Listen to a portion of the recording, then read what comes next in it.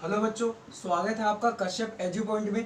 Class 11th का 1.3 तक हमने सेट्स फर्स्ट चैप्टर कर लिया था और आज हम स्टार्ट करने वाले हैं एक्सरसाइज 1.4 से।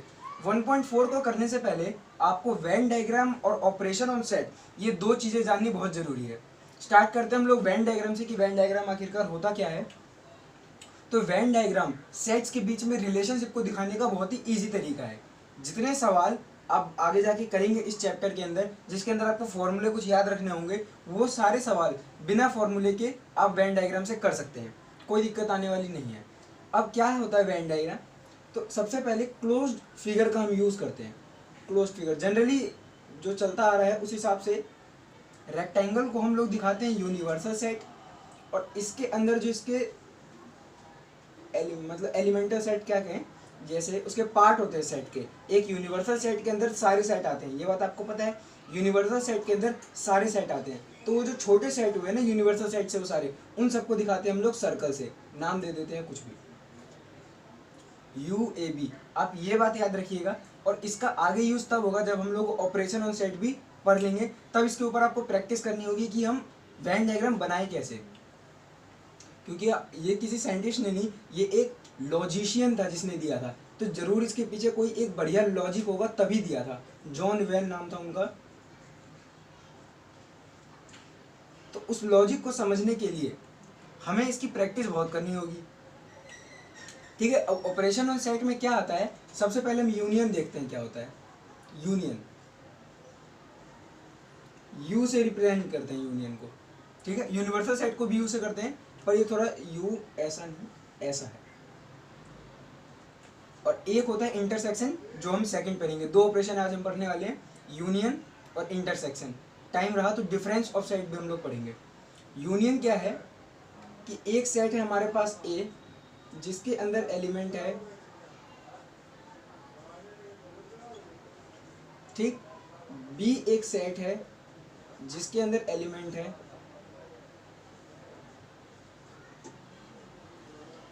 ठीक है।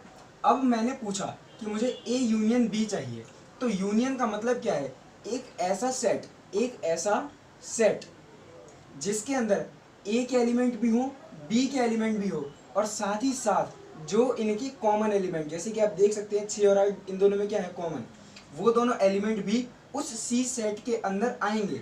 और आएंगे कैसे आएंगे, विदाउट रिपीटेशन, रिपीट नहीं करेंगे। जैसे हो गया 2 4 6 8, इसको दो बार नहीं लिखेंगे। और एक ये जो है, इसको हम लिख सकते हैं A union B. A union B जो होगा इसके बराबर होगा। तो यूनियन आपको समझ में आ गया क्या होता है। अब कुछ प्रॉपर्टीज होती है जो यूनियन से रिलेटेड होती है, उनको समझेंगे तो पेपर में तुरंत सवाल बन जाएंगे, याद ही कर लीजिएगा आप उनको। आपके ये पेज नंबर 15 पर एनसीईआरटी की बुक में दिए भी हुए हैं, ठीक है। सबसे पहला लॉ तो यही कहता है कि अगर मैं ए का बी से यूनियन निकालूं तो वो बराबर होगा बी का ए से यूनियन के, ठीक है। इस लॉ को आपने बचपन में भी पढ़ा होगा, कहते हैं commutative law. Commutative law NCERT page number 15 पे आपको ये दिया हुआ है। पहला लॉ तो यही हो गया। दूसरा लॉ जो हो गया वो होता है, अगर मैं ए का बी से यूनियन निकालूं और उस पूरे का अगर मैं सी से यूनियन निकालूं तो वो बराबर किसके होगा, वो बराबर होगा A union B union C. यानी बी और सी के यूनियन निकाल के अगर मैं ए से यूनियन निकालूं, और इस लॉ को हम लोग क्या बोलते हैं, एसोसिएटिव लॉ, ठीक है। ये दो लॉ है, आप यहाँ से नोट डाउन कर लीजिए या आप एनसीईआरटी बुक रेफर कर सकते हैं, उसमें दिया हुआ है एज इट इज। और लॉ देखते हैं और कौन कौन सा है। एक होता है आइडेम्पोर्टेंट लॉ, अगर मैं आपको समझाऊं यहाँ से, 4th नंबर पे आइडेम्पोर्टेंट लॉ, फिर है लॉ ऑफ आइडेंटिटी एलिमेंट और लॉ ऑफ यूनिवर्सल, जो कि इतने जरूरी नहीं है। मेन आपको ये एसोसिएटिव और जो कम्यूटेटिव है, ये दोनों लॉ आपको समझने चाहिए। आइडेम्पोर्टेंट, और क्योंकि वो सारे लॉ बहुत आसान है, आप खुद समझिए कि अगर मैं ए का यूनियन ए से निकालूं, ए का ए से यूनियन निकालूंगा तो कोई नहीं, वो पूरा खुद ही सेट आ जाएगा। या फिर अगर मैं यूनिवर्सल सेट का यूनियन किसी छोटे सेट से निकालूं तो पता है आपको बड़ी वाली चीज़ अपने आप एज इट इज आ जाएंगी। तो ये चीज़ें ज़्यादा बताने की नहीं है, इसलिए मैं ये आपको नहीं लिखवा रहा।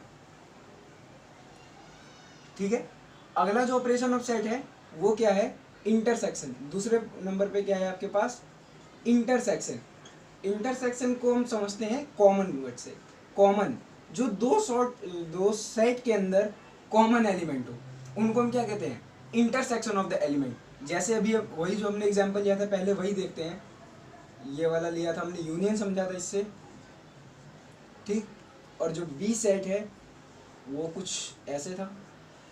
और अब आपसे पूछा है एक ऐसा सेट सी जिसके अंदर ए का इंटरसेक्शन हो बी के साथ, ए का इंटरसेक्शन हो बी के साथ, तो वो सी सेट क्या होगा, एक ऐसा सेट जिसके अंदर इन दोनों के कॉमन एलिमेंट आएंगे। बस ये हो गया इंटरसेक्शन ऑफ सेट। सेम लो वो सारी प्रॉपर्टी इस पे भी है, एसोसिएटिव वाली, कम्यूटेटिव वाली, आइडेंपोटेंट वाली, यूनिवर्सल वाली, आइडेंटिटी वाली, ये पांचों लॉ इस पे भी आते हैं। ठीक है, अब थोड़ा एक बार वेन डायग्राम पे हम दोबारा देखते हैं कि जैसे मुझसे पूछा गया कि ए यूनियन बी है, इसका वेन डायग्राम क्या होगा। इसका वेन डायग्राम आपको बोला दिखाने के लिए। तो सबसे पहले आपको एक यूनिवर्सल सेट बनाना है जिसके अंदर आपको दो सेट दिखाने हैं।